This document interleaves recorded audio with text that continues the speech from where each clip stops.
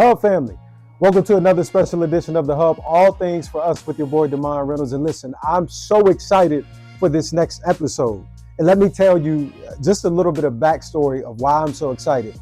Well, a little while ago, my wife and I were fortunate enough to travel to Tanzania and spend time with a group of people in the Lake Eyasi region, better known as the Hadzabe tribe. And this time was so special and so near and dear that I wanted to take time to be so intentional and crafty and strategic with how I shared this story. Now, why is it that I took so much time? Well, a lot of times, whether it's been through mission trips, whether it's been through media, a lot of times when you see tribes or anybody from these particular parts of Africa, folks make them look primitive, or they only share the story from a perspective that puts them in a place of the lesser ones that maybe most times are people who could learn from us or inquire of our ways. And so, family, I wanted to do this in such a way where it was intentional, where I empowered this group of folks, because while we were there, I felt so empowered and I felt like I learned so much that I had not known, just about how to live and how to be. And not only that, just what it looks like to be outside of this westernized social world that we're all in. And so, family, without further ado, I want you to come with me to Tanzania. I want you to come with me and travel, hop on a plane right now, and you're getting ready to embark on a journey that I believe is so important. But before we do that, we have to do an important exercise. I want us to take 5 seconds, and I would like for you to just close your eyes, and I want you to listen to the sound of my voice as I share some very important words. So go ahead and close your eyes for 5 seconds. Here we go. 1, 2, 3. Here we go. Close them. Right now, say it with me. I take off my westernized glasses. Right now, I take off my westernized glasses and I throw them to the side.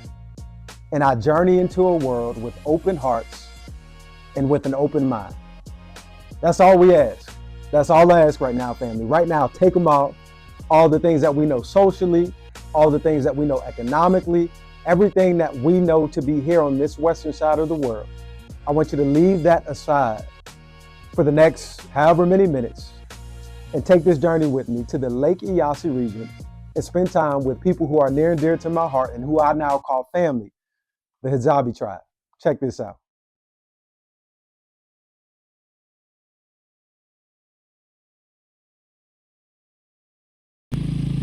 As much of the world is moving at an ever faster pace, in northern Tanzania, the Hadzabe people continue to maintain traditions that have connected them to the land for generations. They're often described through what makes them different, but the Hadzabe story is one that's better understood through what makes them human: family, community, resilience, and a deep understanding of their environment. Watu kama kambini hivi naweza wakateua mtu hii moja kwa huyu jamaa hata tukimweka awe mkuu wa mboma, ni mtu mmoja ambayo ni mwema sana, hana shida na watu na atakuwa hana shida na mtu yote. Ndio hiyo. Right. So here's the answer. So first of all, okay, to be a chief in this family, right, you must be caring, right? So you must show love to all the family members you're living with around this area. Okay. The second, you must be strong enough, okay, and to provide the meals for the whole family. The Bushmen are among Tanzania's indigenous peoples. They live in and around the Lake Eyasi region. Their knowledge of things like plants, animals, and the landscape has been developed over thousands of years through close observation and experience.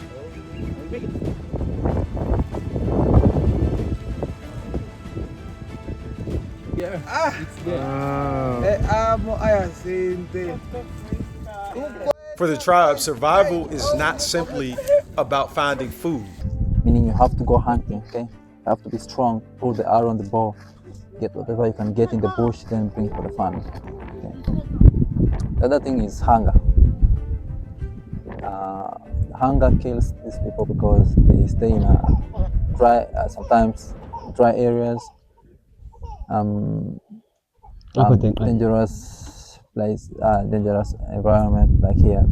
Maybe just depend on the hunt. For example, if they go in the bush, then find nothing, they come back home empty-handed.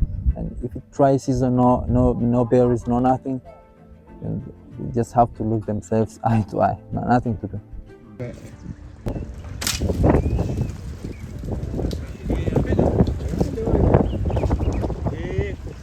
It's really about understanding relationships between people, nature, and future generations to come. If he goes to the bush and he misses everything, comes back home empty-handed, he says that the family, like all the members, won't look him bright because they know, okay, they are in the same environment. They know that you might go in the bush, then you don't get anything. But also you have to remember that it's not one person who's going for the hunt, right? It's a group of people. Okay, so maybe for if they are going 7 people in the bush, okay, to hunt, then probably it's like they won't come back like home empty-handed, like with no animals, no honey, with no berries or the roots. Yeah, so like they have to look for ways that they can provide something for the family. Now, as we know, in many modern societies, convenience often separates people from the sources of their food. In this place, every meal tells a story of cooperation, patience, and respect for the land. Yeah, man.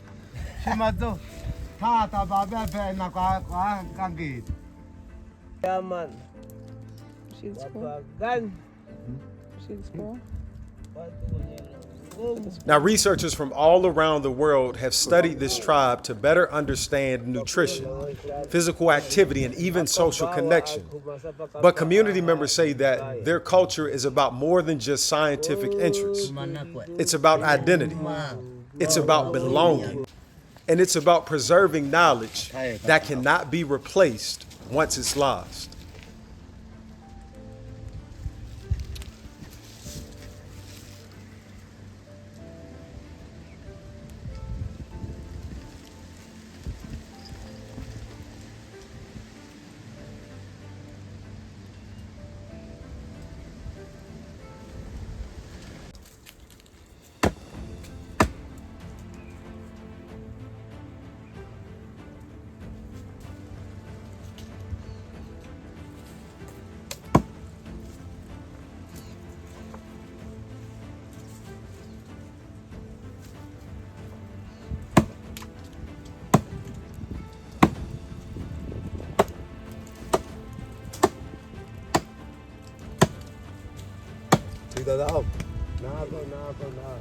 Oh, bees? They come out?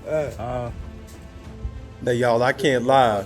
I was really scared as my brother asked me to come closer. It's like he knew what I was seeking, what I was wanting to learn in this moment. And let me tell y'all, we were in for a treat. I didn't necessarily get to capture the full scope. The bees actually don't attack. If you can look, you'll see them coming out, but the smoke kind of keeps them at bay and calm. But this is a skill they've been learning since they were very young, to get honey, to get something that's invaluable to their community.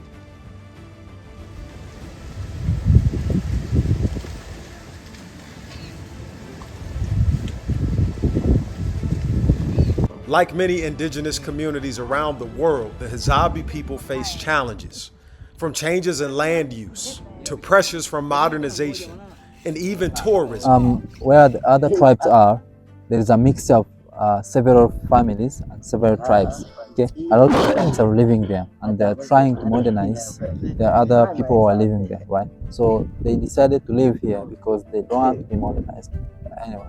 Okay, and when they continue like living close by to the other tribes, they find that they lose their traditions and everything. Maybe they'll start going to farms and everything. Yeah, they just lose their traditions. First of all, they said like this the way of life that they are living right now that's is suitable for them. Okay, they cannot go to towns. Okay, they cannot go to cities. Okay, and they cannot like maybe start using money on the towns and everything because that's a hard life. Okay, they are not used to that. They are not educated. Maybe if they go to town, they won't find any other job that will be supporting their life. I mean, their lives there. Yeah, so that's going to be tough, like town. That's why they stay here. Though they get a lot of problems right here, but they see that this is a better lifestyle. Yet, their story is not one of the past.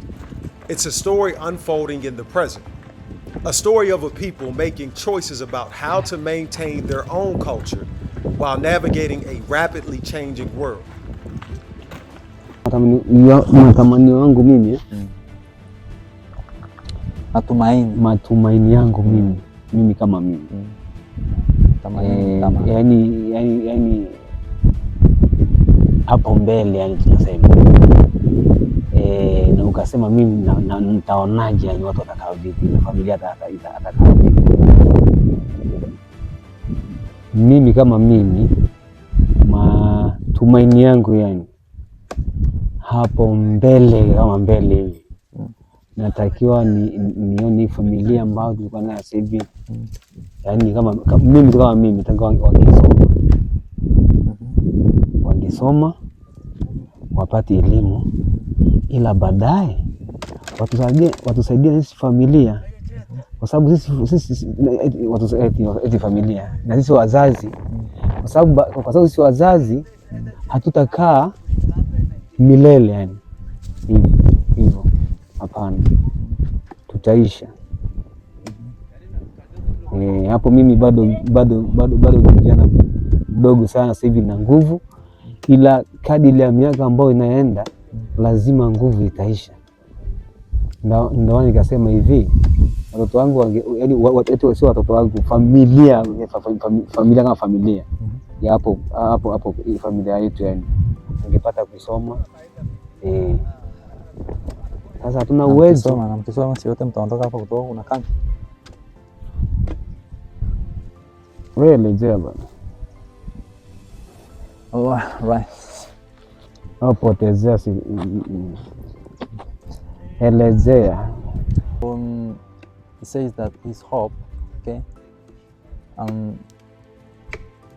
is to have a better lifestyle, okay, not destroying the culture, not taking them to town, and not building their houses, okay, just have a better life. Like by now they are it's dry, they don't have water, they have no food, okay, so his hopes like they should have at least a lot of people in the environment, a lot of hunters, okay, and a lot of willing people who are ready to hunt, not for fun, just willingly provide food for their families, okay.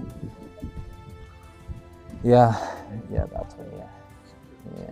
And perhaps the most important lesson that the Hadzabe people offer is not a blueprint for how everyone should live, but instead it's actually a reminder that there are many ways to build a meaningful life, that community matters more than anything, that knowledge passed from one generation to the next has value, and that our relationship with the natural world remains as important today as it's ever been.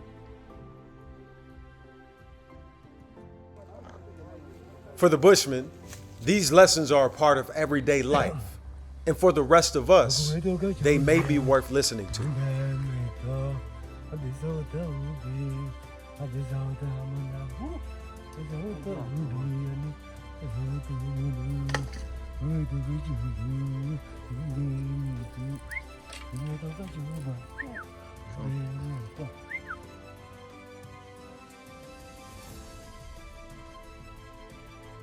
Mwambie asikilize kutoka kwangu. Okay, mimi ndo nahesabu. Mchombe. Bebe. Sabakabi. Oh, okay, let's count. Huh? You count. Mimi ndo nahesabu. Sawa. Mpaka wapi? Mimi nahesabu mpaka 3.